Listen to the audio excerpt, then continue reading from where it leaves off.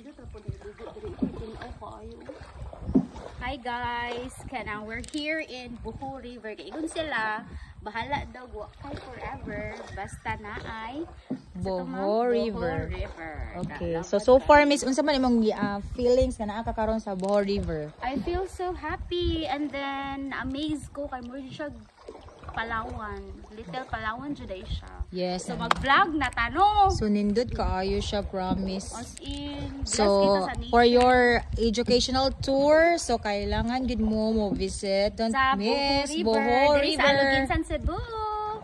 Yes. And then nindot sad kay accommodating kayo ang atong tour guide og at the same time atong tigbugsa. Si Ate Marivic. Oh, yes. And then gwapa pud si Ate Marivic. And then River Mouth. So naa na ta sa River Mouth. Oh, see.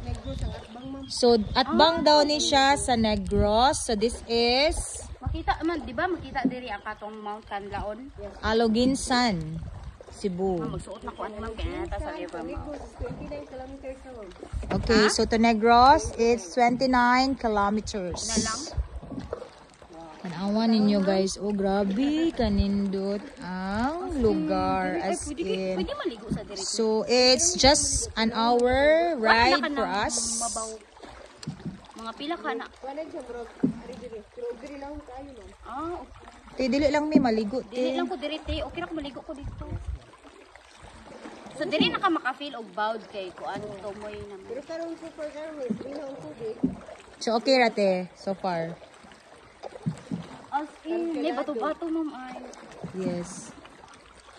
Dili ko dira, miss. Mura ko, feel na ko. Gusto ko Kanang nga dagat na gitaw na siya Canyon Strait, ang Canyon Strait. Mga ni ang Canyon Strait di ay. Feel ko lam-lam na dyan ni Ario. Yes, da. Mubalik na tate. Hello kasi ma'am. Ha? Kantilado din nakita rin mo din naghan mga coral. Sa kantilado te. Kanang murag lalong siya day ba? Cliff.